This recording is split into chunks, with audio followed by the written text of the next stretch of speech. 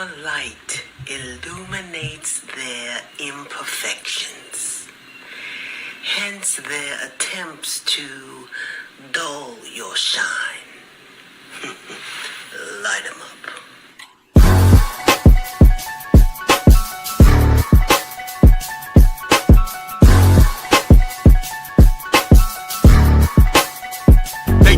My name and flowers grew right out the brown soil. My vision's clear as glass, the robe is purple satin plus the crown's royal.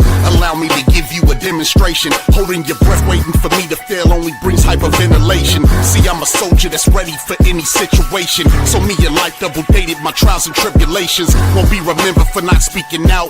I Google map my whole approach, so I chose not to take the peaceful route. I promise I can't make this shit up. I shed a tear, then use the mic stand to hold my chin up. They plot and strategize on different ways to make me give up. That's easier said than done, like a woman that's 9 months pregnant doing sit-ups. Yeah, I read the book of life, defeat was never in my story. Just brutal fights on the battlefield that's bloody and gory. Showing off is a fool's idea of glory. Call me foolish, stand in the clutch, I make them drop like I was Robert Ory. See, in this world you gotta sink or swim.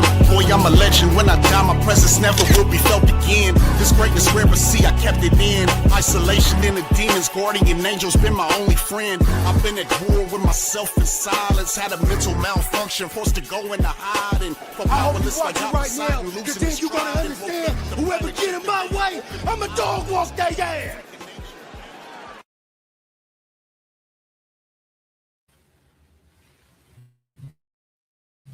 Yo. Man, I'm still having technical difficulties, y'all. Everything was working fine until I pressed the live button. Can everybody hear me? Let me know in the chat if you guys can hear what's going on. Let me know, because this thing is acting funny, man. It's been acting funny all day. I don't understand why. Let me know if you guys can hear me, man. Let me know.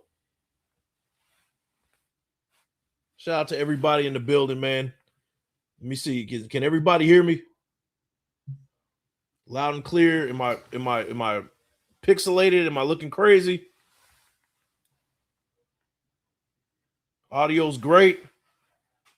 Okay, we good? Let me know, y'all.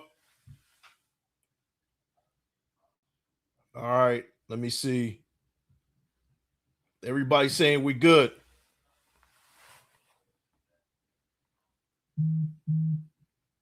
Yeah, man, it's true. I think it's a YouTube issue. Every time I press the live, it just glitches on me. I couldn't even see my intro. I didn't even know when I started. But hey, we're gonna roll with it anyway, man. What's going on, y'all? It's your boy, Big Mike Raider. And you already know what time it is, man. We got another show for you. We got things to talk about. We got a little bit of hints about what the Raiders are going to be running on defense. A 3-4 defense. I'm excited about it. Hopefully you guys are excited about it. We got the combine that we got to talk about tomorrow. Some action to the combine tomorrow.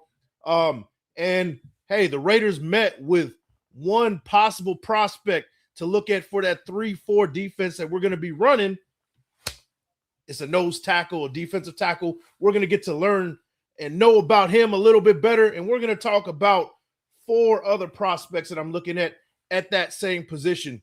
Because guess what, guys? The Big Mike's 30 for 30, the big 30 days, 30 prospects. You know what it is. It's coming around the corner. March 23rd is day 1. And we're going to get to know a lot more of these prospects. And hey, if the stream acts well, hey, maybe we might finish it off with a little mock draft, man. But let me know what you guys think. We got some things to talk about. Shout out to 36 in the building. Man, much love to you guys. Let me see. Let's start off from the top. Shout out to CGR in the building, the mod father himself, man. Thanks for popping in, bro. As always, thanks for the support. We got William Vernoy Jr. in the building. We got, let me see who else we got in the building. We got Faster Than You 74 in the building. Salute. We got Darkness. The darkness is spreading. He says, let's go, Mike. Darkness in the building. We got Carlos Infuego in the building. He says, I'm excited about this season. I know it's a rebuild, especially when we're playing the 3-4 defense. I have no idea what a 3-4 has to do with a rebuild, but okay. But it has to be better than last season. Just win, baby. Raider Nation for life. We're going to talk about it, man. We got A.O. Anthony in the building. We got Raider Paul, 8363. We got my man DeMokes in the building. And guys, if you guys haven't known by now, man, become a member of the Big Mike Raider Fleet. Man, it's the best way to support what we got going on the channel, man. Make sure you guys hit that link if you guys want to become a member of the Big Mike Raider Fleet. Much love to you guys and welcome aboard in advance. Let me see who else we got here. Yeah, this whole thing is acting slow today, man. Even StreamYard's acting slow. Yeah, this is crazy. Like I'm trying to scroll and see the comments, man. This is bad, man. Let me see. We got Louis G in the building. We got One Up 9353 in the building. We got Mad Mike in the building. Salute. We got my man Hug D's, another mod father in the building. He says Large Michael Pirate is live. You already know what's up, man. Much love to you. We got Michael Smith in the building. We got JX Raider. We got Sean Johnson, the legendary Sean Johnson, in the building. We got Chewy's Raider coverage in the building. We got Justin Finney, Eric Smith, Raider Paul. I don't know if I said that already, but he's in the building. We got EJ Raider 1662, a member of the Big Mike Raider Fleet. He said, can hear you. YouTube was bugging on the streamers live as well. Yeah, I don't know what's going on, man. But shout out to everybody that's popped in. We got 46 in the building. Let me share this out to X because X is acting a fool too. I guess you have to like, I don't know, for whatever reason, it doesn't share automatically for whatever reason. So let me share this out to the folks. Let me see. I'm going to let them know we're live right now. So if you guys are watching on X, much love to you. Come over here and hit that thumbs up, like the thumb, hit the sub, and share with your folks. Let me see. Boom. Here we go. We're cooking right now. We got 52 in the building. We got Wasted Talent in the building. My guy, what's going on, bro? Much love to you. Man, we got Huey P. 415 in the building. Stewart 3188. All right, guys, let's get this thing kicked off. We got some news to share with you, man. You guys already know what it is. Hey, man, this whole thing is acting slow, man. I can't even get a groove going, y'all. Let me see. Computer acting slow. The stream acting slow. Man, tech is definitely failing me today, but it's all right, man. Here's some news for you guys. The Raiders are in the mix to trade for Brian Thomas Jr., wide receiver from the Jacksonville Jaguars. That's somebody to really look at for a big trade coming up. Let's learn a little bit about Brian Thomas Jr. You guys, you know, he's the second year with the Jacksonville Jaguars during the 2025 NFL season. He recorded 48 receptions for 707 yards and 2 receiving touchdowns in 14 regular season games. His season ended with an ankle injury. He was dealing with some ankle injuries, but it also seemed like it wasn't a big, it wasn't a good fit over there in Jacksonville with that new head coach and Liam Cohen. It seems like they kind of really made a pivot and they really like our guy, Jacoby Myers, right? Our former Raider, who we traded for 4th round pick, sent him to Jacksonville. But this will be interesting, right? Interesting name to look at. What will we give up? How does it look? Is it a situation where we include Max Crosby and maybe additional draft picks? I don't know. But that's something to look at down the line. Stay tuned for that one. That's some news coming from Dan Graziano. A little bit of rumors for you. Some news and rumors from Dan Graziano right there. Another one, John Spytek says conversations have been positive around bringing back Eric Stokes. Now, Eric Stokes by far was our best corner last year, right? He was a guy that was almost locked down on one side. It was just too bad that we didn't have another guy that could really replicate his performance, right? This will be a great addition to keep him on this defense. And I'm excited if we bring him back. Spytek wants to keep him. We'll see. Free agency starts in the next couple of weeks, so stay tuned for that one as well. Another main one that we got to talk about, guys, The Raiders have met with Texas Tech defensive line, Lee Hunter at the combine, defensive tackle, right? He's a nose tackle, zero technique, a big boy. And I already told you guys, it's been reports that we are going to be moving over, according to Klint Kubiak, to a 3-4 defense. Now, what does a 3-4 defense look like, right? 3 men up front, 4 linebackers. Those outside linebackers kind of act as defensive ends in certain situations. You can move them up and run kind of like a bear defense to where you have everybody lined up over the offensive line and you have like almost a 5-man look, a 50 front, right? Or you can have a 3-4 situation where you have your defensive ends at the 5 technique, and then you have your big nose tackle taking over that 0, and then you kind of disguise blitzes in that sort of way, whether you're sending 4 or even 5, whether it's a linebacker or a corner or even a safety. It leaves you a lot more versatility to run more blitzes in this defense. And also, you need to have a big, monstrous defensive tackle at the 0 technique to stop the run, right? Hence why we're talking to D tackle Lee Hunter in the combine. Let's get to know a little bit about Lee Hunter a little bit.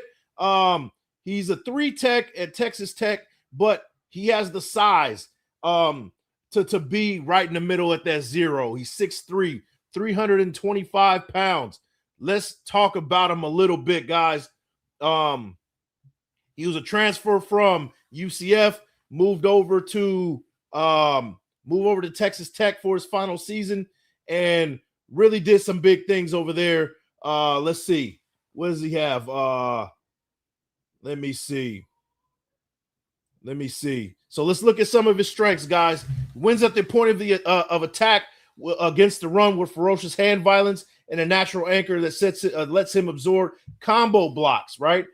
Built like a fire hydrant with a 6'9" wingspan. Doesn't have the biggest hands in the world, but he has the wingspan to get that extension on a center or a guard, right? That's exactly what you're looking for a defensive tackle. Gets off the ball with a surprising burst, right? His get off is excellent for somebody his size, right? That's what you're looking for. It's not necessarily the 40 time that you're looking for this type of prospect. It's more of how quick does he run those first 10 yards, right? You're going to be looking at that 10-yard split. So if you do check this guy out at the combine, make sure you peep out the 10-yard split, not just with him, but any of these defensive tackles, any of these guys in the trenches. You want to look at that 10-yard split, how quick they get off the ball and how fast those first 10 yards are. That tells a story about how quick they are, how good their feet are, how explosive they are. That's what you want to look at from some of these D tackles, right? Yeah, wasted. Classic 0 tech. Yeah, definitely a classic 0 tech. Ran a little bit of the 3 tech over at Texas Tech, right? I keep saying tech, but you get it, right? He keeps moving over. He can play the 0. He can probably play the inside shade between the guard and the center. He can play the 2, right head up on the guard, and he can also play the 3. Very versatile. Wraps up and finishes tackles at a high level when he gets his hand on ball carriers near the line, playing through contact with his chest rather than reaching or lunging with arm tackles, and carries 3 full years of meaningful production. That's most important, right? 51 games played in his career in college, right? So he's not a one-hit wonder in college. This is a guy that has to sustain excellent performance over 3 years. So when you see something like that, when he gets to the pro level, he's good to go. Now, projection-wise, he's a mid-second round pick. Well, sometimes, stock can rise during the combine and things like that. It wouldn't be too much of a reach if you did get him at this point. It would be an excellent fit, right? Sure, when we're talking about Lee Hunter, right? Mean defensive tackle, big boy, played a 3 technique at Texas Tech, has the size, has the speed, has the get off power to run that 0 tech for the Raiders, right? They met with him today. He's a projected mid-second, but that stock can rise after the combine. And quick get off, right?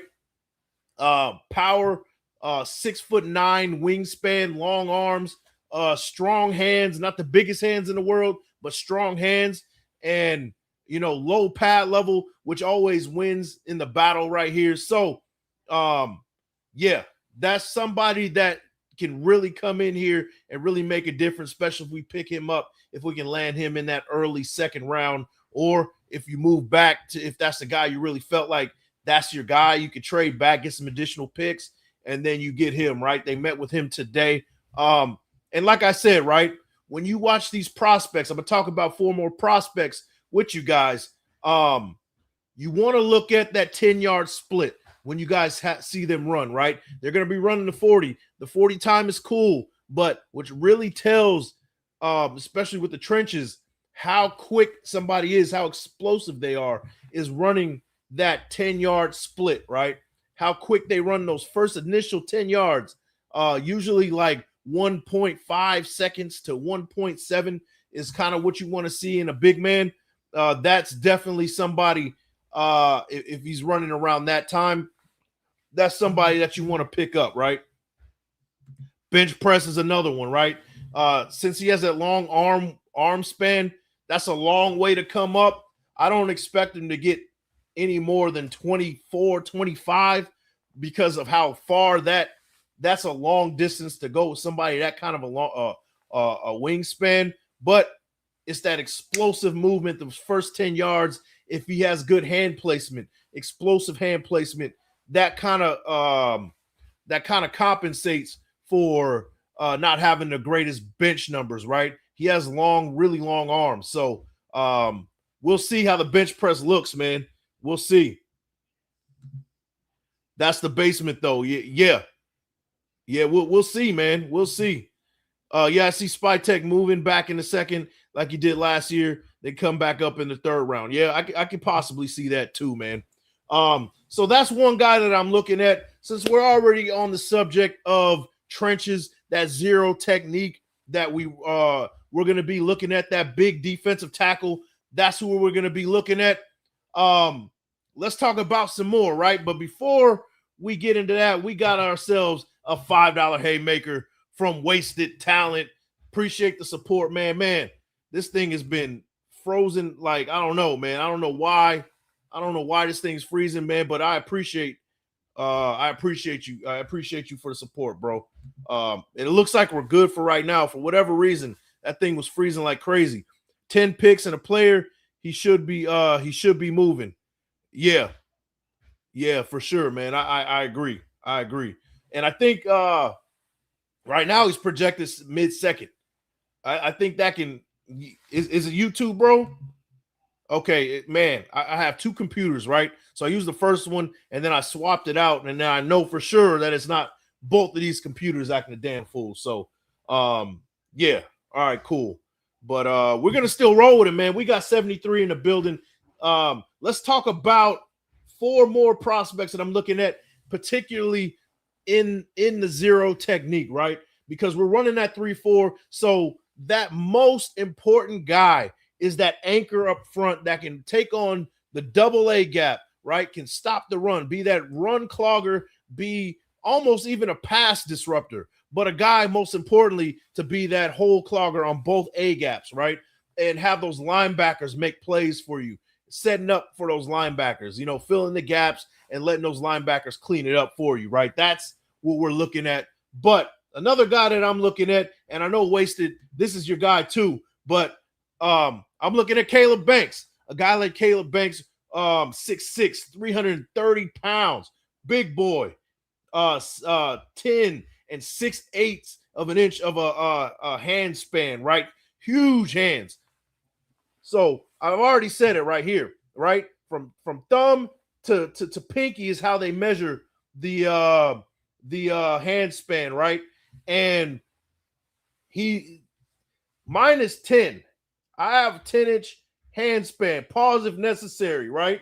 But his is 10 and 6. He got he's got some big ass hands, man, and a 35-inch arm length, right? Really long arms, good extension, 10 and 6/8. He's a monster of a man. 6'6", 330, like I said. He's another second round mid-second round projected pick. Yeah, pause. Mel Piper Jr. is big on Caleb Banks. Mel Piper Jr. Mel Piper Jr. All right, bro. Mel Piper Jr.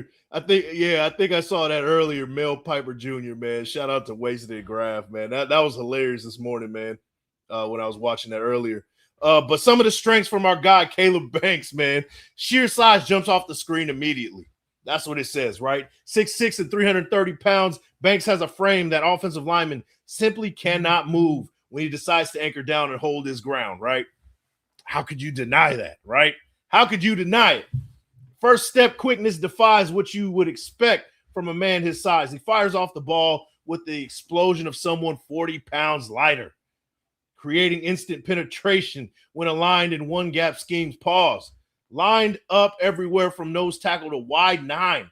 Versatile guy, right? During his time in Florida, giving future defensive coordinators a big, versatile chess piece. They can move around the formation pre-snap. This is excellent for a 3-4. If you have that big nose that can be versatile, you can put him at defensive end, right? Now you can move guys like Max if he stays around. Now you can move guys like Tonka Hemingway, right? Now you have depth in Adam Butler, right? And that's why I think this 3-4 defense really is beneficial for us, especially once we start looking for linebackers. Once we put those linebackers in place, which I think we're going to hit in free agency. Once we get those linebackers going, that 3-4 is going to hit pretty hard when we do get it going, man. I'm excited for it. But a little bit more about my guy, Caleb Banks. Natural power at the point of attack allows him to collapse the pocket with a straight bull rush. Double teams become necessary, which frees up linebackers and other rushers. These linebackers are going to become all pros because of this guy. This is a special type of prospect. So we're talking about Lee Hunter. I think I'm going to top you an extra one and give you a Caleb Banks, right? I think he's a better prospect. I think he's somebody that can really get the job done if we pick him up. Let me know what you think about Caleb Banks, man. Let me know. Let me know. Nose tackle time, thick frames only. We're going to talk about some more thick frames, man. Let me see. I had to steal that name from Wasted for my PSN after this morning. Mel Piper Jr., man. That's hilarious, man. Shout out to Wasted and Graph, man. Need that big Bosco 100. Yeah. Hey, yeah, man. That dude's no joke. He's quick off the line. He's explosive. He's versatile. How could you say no? That's a guy that you might have to move up in the draft to get, right? With that kind of size and explosiveness, that's somebody that's special that you might need to pick up a little early, to be honest with you. Another guy that I'm looking at, guys, is Kristen Miller out of Georgia, 6'4", 305. He does play that nose tackle / D tackle, more of a versatile guy, right? 6'4", 305, runs a 4.9 40, pretty quick, right? Some of the things to kind of look at with him is his run defense is bread and butter, likes to stop the run. He posed one of the highest run stop grades in the entire draft class and consistently swallows up interior gaps like a black hole. Gets off the ball with a quick step that catches guards flat-footed. So he hits you in the chest. These guards are trying to recover, trying to replace as quick as they can. They don't know what hit them, right? That's what I like to see out of my nose, right? Heavy, violent hands deliver real shock on contact. When he lands his punch clean, offensive linemen visibly jolt backwards and lose their positioning. Man, I'm excited even talking about it, man. Plays with excellent leverage and rarely gets stood up at the point of attack. His pad level stays consistently low, and he generates knockback power through his hips. Man, lowest man wins in this game. Trenches wins championships. And how do you win? You stay low. The lowest man wins in the trenches. Versatility to line up anywhere from nose tackle to 5 technique gives coordinators multiple looks, right? He has experience at every spot along the interior and can handle the responsibilities of each. Balance and body control stand out for a man his size. He stays on his feet through contact and can redirect without losing his base even when taking on double teams, right? Active pursuit player who works down the line to squeeze running lanes. Good technique, playing the line, right? Going down that line and making a play when speed can't get it done for you, right? That's what you're looking at. Natural strength allows him to stack blockers, peek into the backfield, peek into the backfield and shed when he locates the ball carrier. His two-gap potential is genuine and translatable. So he's taking on a block, right, head up with a guard or a center, and he's looking in the backfield still and has the strength to shed you off and still make the play, right? That's exactly what you want to see from a nose, right? I'm excited. Let me see. I'm excited. Let me see. What do you guys think about that dude, man? That's another guy that I'm excited for. Kristen Miller out of Georgia, man. Let me see. And speaking of that guy, Caden McDonald, right? Nick Telowicz says Caden McDonald is my dream, but he won't drop to 36, unfortunately. That's why I didn't add him to the list, but I really like Caden McDonald, man. I didn't add him to the list, but I think that dude's a difference maker. He's probably going to get picked in the mid to late first round.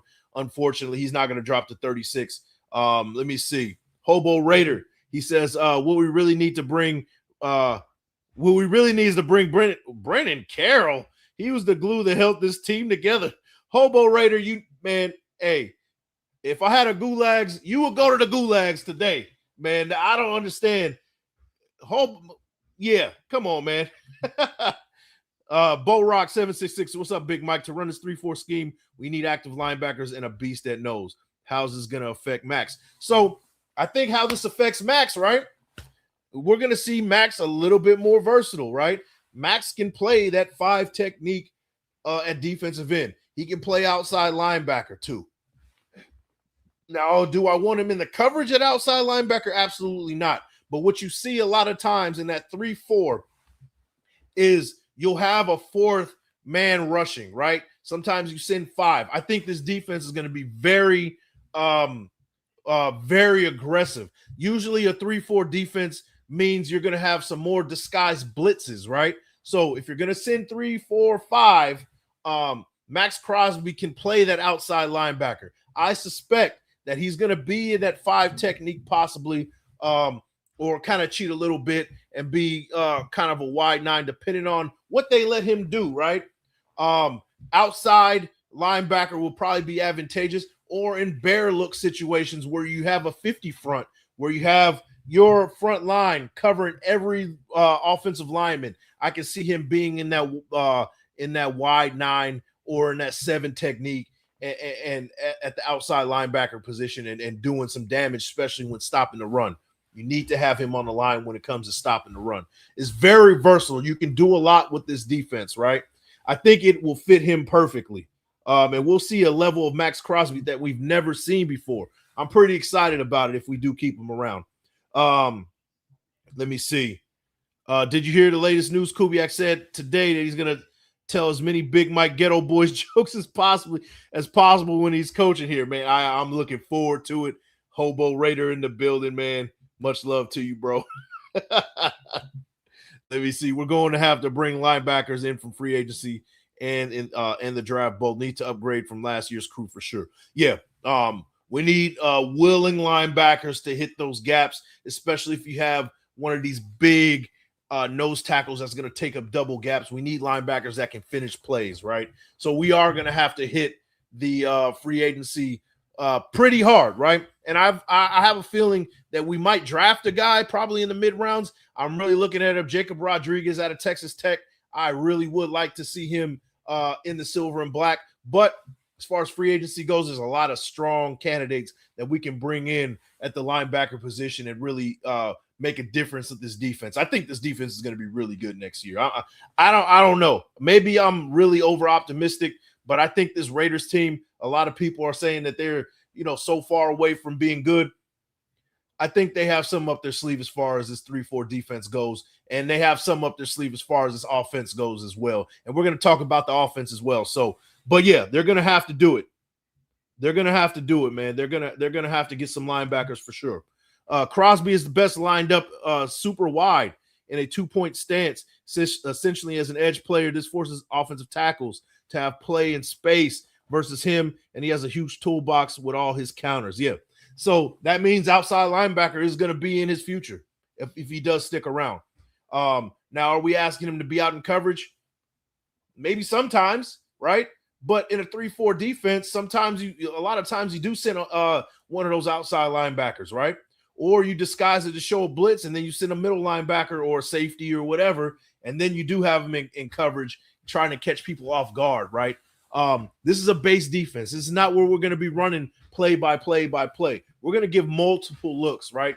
We'll be in a 50 front sometimes, right? We'll have it disguised as a 3, as a 30 front, but we'll have 5 on the line, right? We'll mix it up a lot. You can be way more versatile in a 3-4, in my opinion. Let me see. So does our draft change? Either we draft after we draft Mendoza. I mean, do we get a nose or linebacker? That's a good question. And I think it all depends on what we do in the free agency. I think that we can really cover the needs at linebacker through free agency and get that nose tackle of the future in the second round. Now, we got guys like J.J. Pegues that can possibly get it done. Tonka Hemingway is probably going to be a 3 technique, right? On one of those, not the 3, but a 5 technique, right? He's going to probably be one of those defensive ends, right? But J.J. Pegues can get the job done in the middle. But you also want to make sure that you have some depth, or you have a guy that's a can't-miss guy. You pick him up, right? Let me see.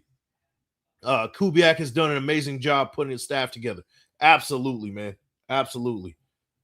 They have resources, man. And that's what I'm saying. That's why I don't think I'm not saying we're going to make the playoffs this year, bro. I'm not saying that. But what I'm saying is we're going to be vastly improved. We're not going to be in the basement again next year's. It's not going to take as long as people think. I'm giving it 2 years to where we're back to respectability. I'm giving us about 7 wins, but hey, things can change, right? We could really blow them out of the water with the moves we made and really getting this 3-4 defense together, and you never know, right? And especially after I talk about what Bucky Brooks said about Ashton Genty and Brock Bowers under this Klint Kubiak offense, maybe it might sway you a little bit, but we'll talk about it soon, man. We'll talk about it. Let me see. Thing I worry about is if Max stays is being healthy. Yeah, last couple of years he hasn't been healthy, right? And a lot of people for that reason that's why they're saying, hey, let's remove him. Let's move on and see what we can get from him. I get that idea, right? You don't want to be a year too late, getting rid of somebody who's probably on getting to that point where injuries are starting to really take over and being a part of his career, right? Hopefully that's not the case. That's not the case, right? Hopefully it isn't, but it's part of the game, right? And it's part of the business. So if you really feel that way, you take a risk of getting rid of Max and getting additional picks. Hey, I mean, I understand that logic too, right? It's a big risk.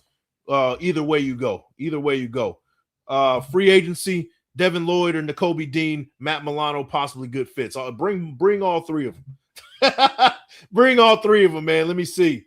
And we're going to talk about on another video my top free agents that I'm looking at. But we're going to talk more about some of the trenches that we're looking at since the combine is around the corner. That's something that I really want to talk about, especially if you guys are watching the combine and looking at these trenches, guys. You want to watch that 10-yard split. Keep a close eye on how quick that 10-yard split is and how many reps they hit on the bench, right? Particularly at that nose tackle or defensive tackle position, right? Another guy I'm looking at is Dominique Orange out of Iowa State, 6'4", 325 pounds, runs a 5'3", 40, right? Doesn't really matter what we're looking at. Like I said, is that 10-yard split. So out of Iowa State, he did some damage over there. Really good prospect. Some of his strengths: devastating upper body power that consistently rocks centers and guards backwards, creating immediate disruption at the line of scrimmage. Surprising quickness off the snap for his massive frame allows him to penetrate gaps before blockers can establish leverage. Diverse pass rush arsenal featuring effective club moves. So he gives you that initial club with those strong arms and strong upper body. Devastates you, hits you in the shoulder, kind of hits you, and kind of rattles you up to the neck a little bit, right? Gives you the hump technique. So he's going to kind of get under you. He's going to use the club, get under. He's going to do almost like a Reggie White type of combination move, right? And swim maneuvers to keep offensive linemen guessing his approach, right? Exceptional closing speed for a nose tackle allows him to track down ball carriers horizontally across the formation.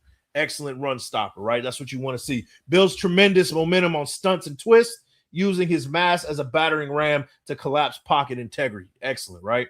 Grown man strength to physically manhandle centers, tossing them aside like rag dolls when he established proper hand placement. It's all about the pancake, the flapjack, the moonwalking, the on skates. That's what we're talking about. That's what we like to see over here on Big Mike Raiders channel. Shows excellent pursuit tracking, flowing laterally with ball carriers while maintaining gap responsibility and staying disciplined in his rush lanes, right? Not just the power, not just the brute force, but shows excellent discipline in staying in his lane. That is just as important, right? And he made the 2025 Feldman's Freak List. He wrote, Orange had a solid 2024 season, making 24 tackles, including 4.5 tackles for a loss. 3 of those TFLs came in the last 5 games of the season. The 6'4", 325 Orange, who spent much of his offseason refining his diet, has benched 450 pounds, squatted 650, and cleaned 365. He has also a 34-inch vertical leap, man. This guy's a freak athlete as well. What do you guys think about my guy, Dominique Orange out of Iowa State? This guy is another guy that we got to be looking at. His stock is probably going to be rising after this combine. Where does he have him? We have him projected in the 3rd. Maybe that's somebody that you can get in the 3rd or late 2nd, kind of maneuver around just a little bit. What do you guys think about Dominique Orange, man? I'm excited for him as well. One more guy that I'm looking at as well. 1 second while this thing pops up real quick is Dante Corleone, 6'1", 335, a nimble, a stocky, stout type of defensive tackle, 6'1", 335 out of Cincinnati. Zero tech, true zero tech, runs a 5'1", 40, might be a little bit faster. Let me see. He's projected in the late 1st. Maybe he drops a little bit. People might not like the fact that he's 6'1", right? But this dude is a monster as well. That's another guy that I'm looking at as well. Let's look at some of his strengths. Super athletic. Make the Bruce Feldman's Freak List at number 16. His power is something special. He benches 485 pounds, squats 605, and deadlifts 700 pounds. He can really move, clocking 18 miles per hour on GPS and running a 4.68 Pro Shuttle. The only defensive tackle over 300 pounds at the combine with a faster shuttle this year was Wisconsin's 309-pound Keanu Benton a couple years ago, who ran a 4.65. This dude's a freak, right? Natural leverage at is his best friend at 6'1". He fires out low and stays beneath blockers. He's going to be a run disruptor, a gap filler, somebody you got to deal with, double teams and all that. Refuses to get moved off the spot against double teams. Quicker than his 335-pound frame suggests. His 1.71 second 10-yard split and 7.44 3-second cone time translate to surprising short area bursts when shooting gaps or sliding laterally against zone runs. Hand placement and timing are sharp.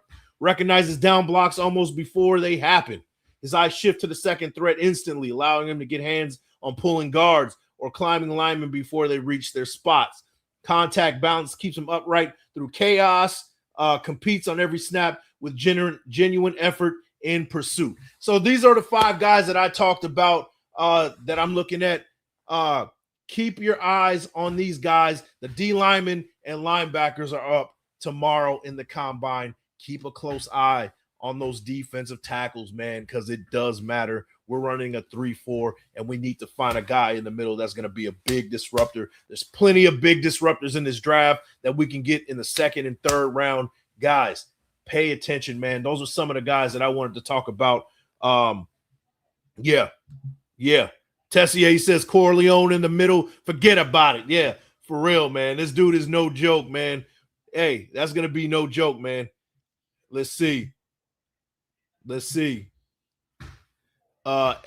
Knob says, yes, big monsters in the middle. I'm in. Yeah, me too, man. Pay attention. If you guys are going to be watching that combine tomorrow, linebackers and defensive tackles are up tomorrow, man. Hey, that's what you guys want to be paying attention to. Not just the D tackles, but the linebackers as well, because we may well be drafting a linebacker in that second or third round as well. So, guys, we got 81 in the building, man. We had a slow start.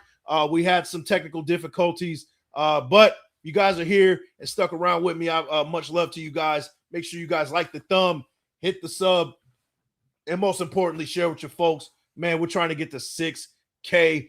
We're about a little bit over 60 away. Let's get to 6K before draft day, man. Let's get it done.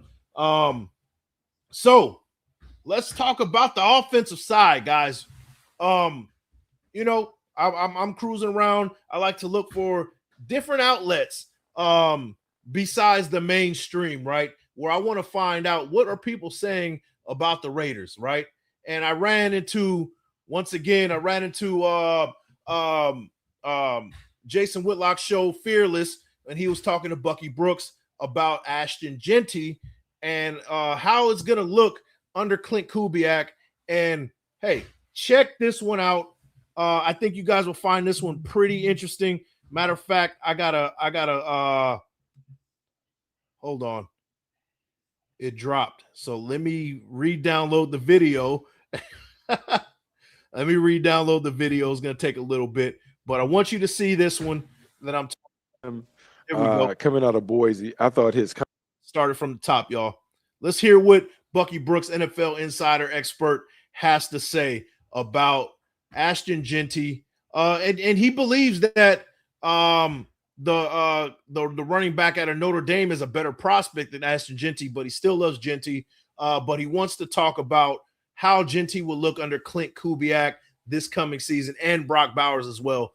Let's talk about it. I would say this. I loved him coming out of Boise. I thought his contact balance was terrific. His vision, his ability to slide in and out of holes, loved all of that. With the Raiders early, Chip Kelly didn't give him enough opportunities. He didn't touch the ball enough. Then you factor in they didn't have a really good offensive line, so it just didn't feel like a great marriage from the start. I would expect him to perform differently with Klint Kubiak coming over. That is the perfect system for him. I think they understand how to utilize and showcase the running back.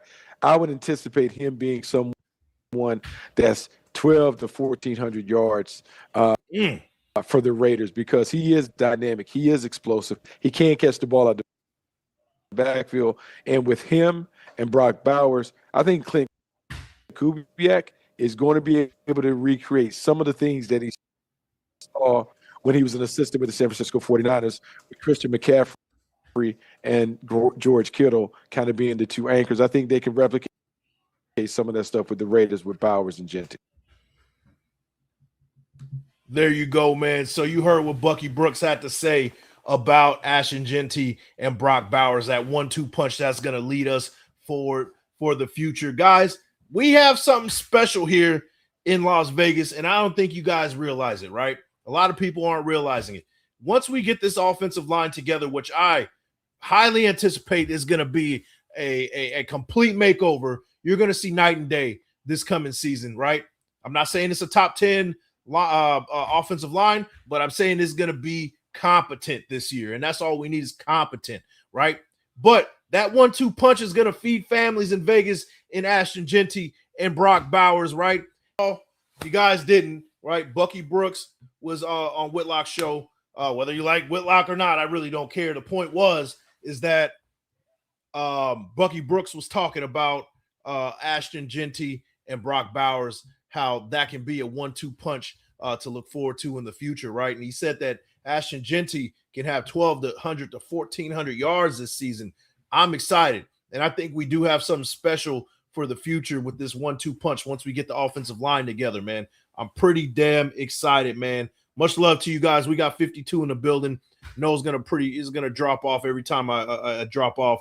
But once I get this point in, and we're gonna wrap it up, and then I'm gonna have to cut this video to see if I can make some sense out of this, and the watchability is better once I cut it, man. But thank you guys for sticking with me. Let's talk about what we can expect from Ashton Jeanty and Brock Bowers, right?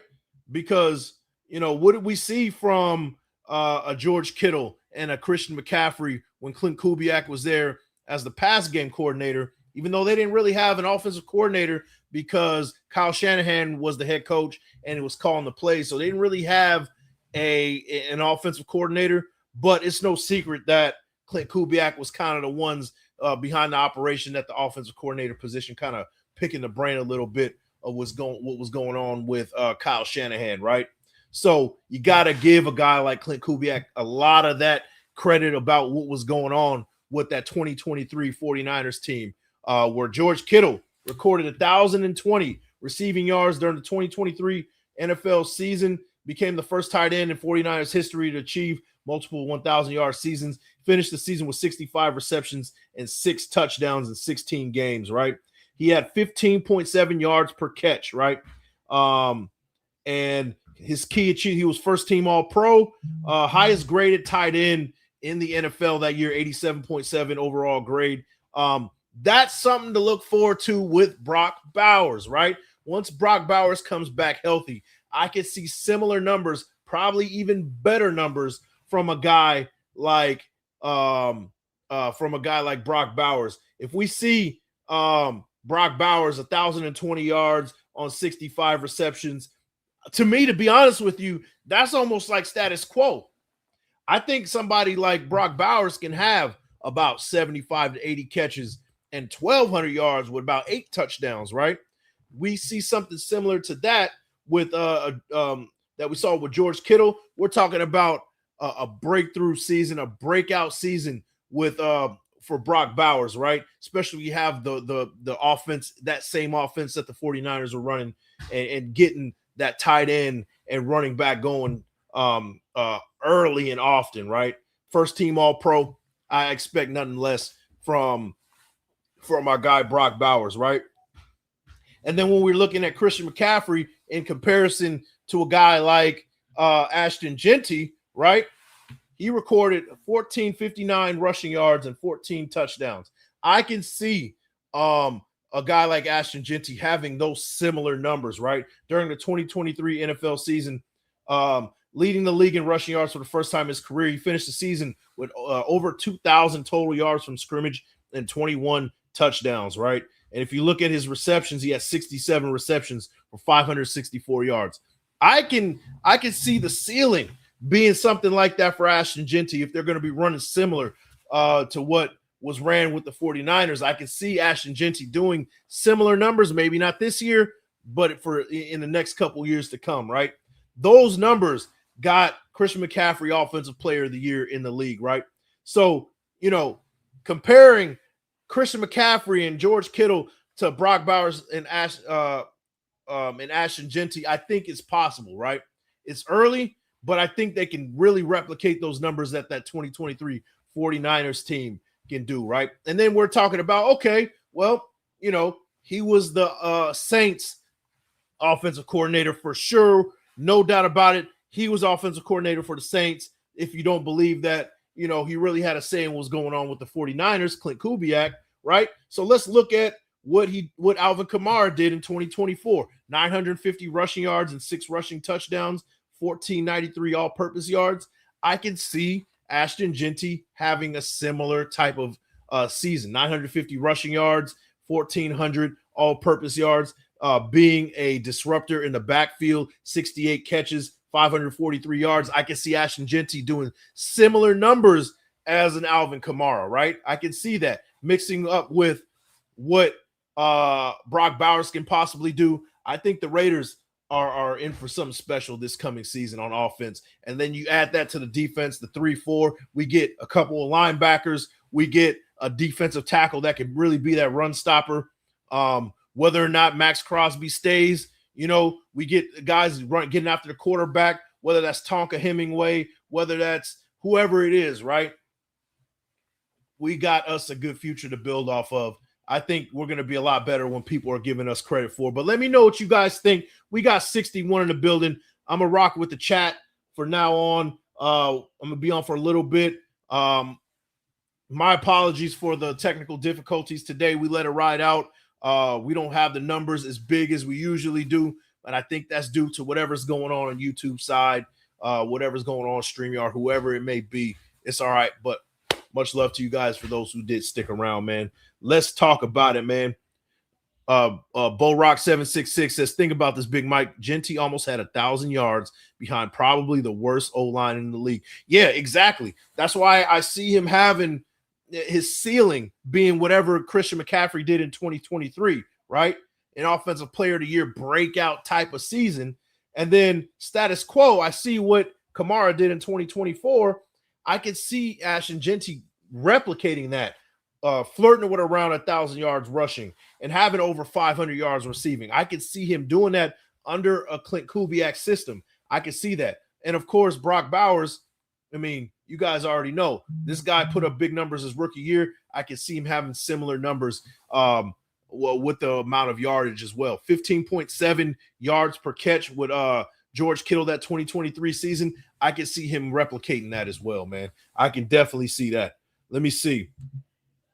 Eric Smith says, could we please see a 12-man set? I want to see Brock and Mayer used together on some plays. Yeah, I would love to see some 12 personnel used properly, right? We've been promised 12 personnel for the last 2-3 seasons, even when we had our guy, what's the guy's name that we let go? Getsy, right?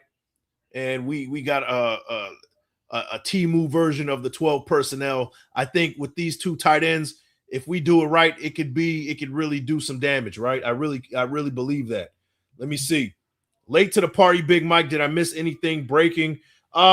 We just talked about what to expect with the defense. We talked about some prospects to look at tomorrow in the combine, and we talked about the offense a little bit. And in between, he had a lot of technical difficulties, man. Let me see. Murph had YouTube issues tonight too, Big Mike. Yeah, I think it's a YouTube issue. Thanks for everybody sticking around nonetheless, man. Fullbacks are key in Kubiak style offense. Oh, yeah. I like that big Ricard from, I think he was with the Chargers, or was he with the I think he was with the Chargers, but then he was with the Ravens before that. 300 pounds, about 6'3", fullback. He's a free agent. I would love to bring him in, man. I think that would really be a really big difference maker if we bring him in at the fullback position. There's that fullback out of Navy in the 7th round, 6th or 7th round that I would like to pick. That would be a perfect guy to kind of add with Genty as well. That'd be fun to watch. But yeah, absolutely. We're going to get a fullback in the building for sure, man. Let me see. Who else we got here, man? Who else we got? Let me see. Hey, appreciate you guys for sticking around, man. Let me see. I see the vision. Yes, the offense can be productive. The defense doesn't have to have the concrete portal for the foundation. Hopefully we have steady improvement for the next 2 seasons. And that's really what it's all about, man. We got to get this year's draft right. I think we got the personnel as far as that foundation you were talking about. The cement is still a little wet, but I think we still, and I think that's why they moved to a 3-4. I think these guys are doing their homework. They're looking at what we do have in the building, and they're looking at what they can possibly bring in. And they're like, hey, this calls for us running a 3-4 defense, right? I think that we do have a lot more pieces than what people are giving us credit for. I really do see that. And on offense, Klint Kubiak is going to turn this offense around. We're going to have a pretty solid offense this coming year. And, you know, make it quarterback friendly. If we are going to start a Fernando Mendoza right off the jump, make it easy for him. Play action, you know, hand off the ball, short passes. Make it quarterback friendly and ease them into an offense that is very quarterback friendly already from the beginning. So it should be fun. It should be fun this year, whether we win or lose. It's going to be fun to watch. Any word on who we're looking at in the combine? Yeah, man, look at them trenches. We already talked about Dante Corleone. We already talked about my guy Orange from Iowa State. We talked about, Lee Hunter, who met with the Raiders today. And our guy from Georgia, and then the big nose tackle from Florida, 6'6", 330 pounds or something like that. Long arms, strong as all hell. Look at trenches tomorrow in the combine, man. Those are the guys that you want to be looking at. Linebackers and defensive tackles are up tomorrow. Enjoy that. And like I said, man, for everybody, watch the 10-yard split. Don't worry about the 40 times, especially with these trenches guys. Look at the 10-yard split times. We want something between 1.5 to 1.8, something like that, right? Anything below that is ideal. That's what we want to see. Anything below 1.5, you're a freak and you're breaking records at that point. But that's what you want to see in your trenches right there. Quick get-offs, quick explosive movements that you want to see from these big 300-plus pounders, man. Let me see. My guy Banks, exactly, man. Appreciate you, bro. Let me see. Big hogs, exactly, man. Shout out to Raider, man. He said a big nose tackle and a couple linebackers in the draft. I would have a nose tackle in the draft, and I would have a linebacker in the draft. If you can get one of them big nose tackles, that Florida nose tackle in the second round, and then you can get like a guy like Jacob Rodriguez in the third round, which I think he might move up to the second round. That's my gut feeling on that one. If you can get those two, now we're cooking with gas. Bring additional linebackers through free agency, and I think we got an A+ off season for sure if we do that, man. Let me see. 2 to 3 thick frames for the trenches and free agency. Get Mendoza and fill the holes in the draft. Bake in for a couple years. Martin, no doubt, man. And when I'm looking at for trenches and free agency, I'm looking offensive linemen. I'm definitely looking offensive linemen as far as trenches goes, right? I think that's where you want to go as far as trenches goes.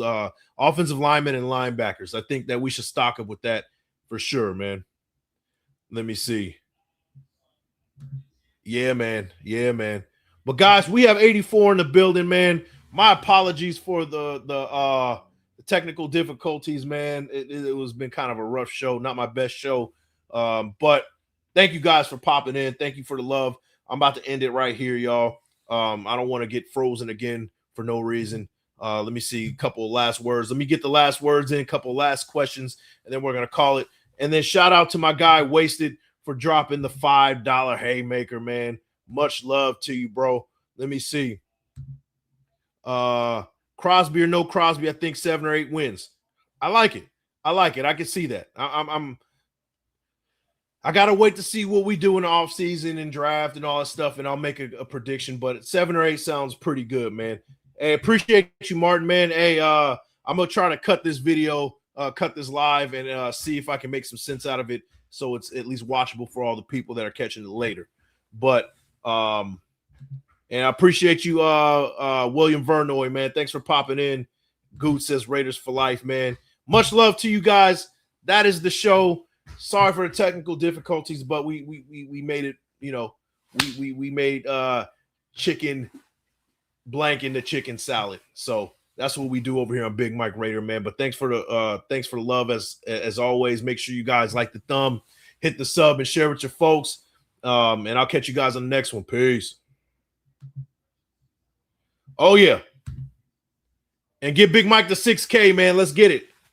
I'll catch you guys on the next one. Peace. Your light illuminates their imperfections, hence their attempts to dull your shine. Light 'em up.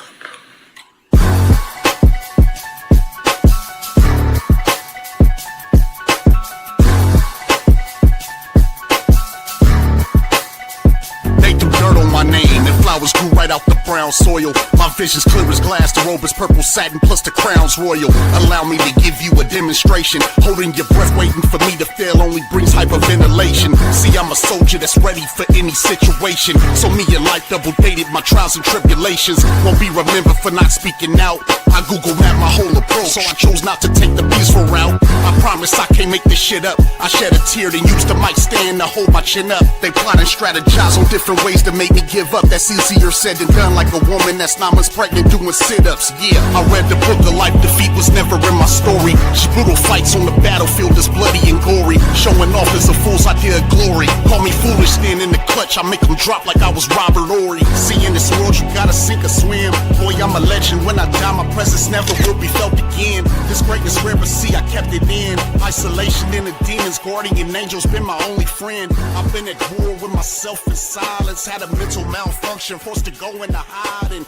I better be watching right now, because then you're gonna understand whoever get in my way, I'ma dog walk their ass.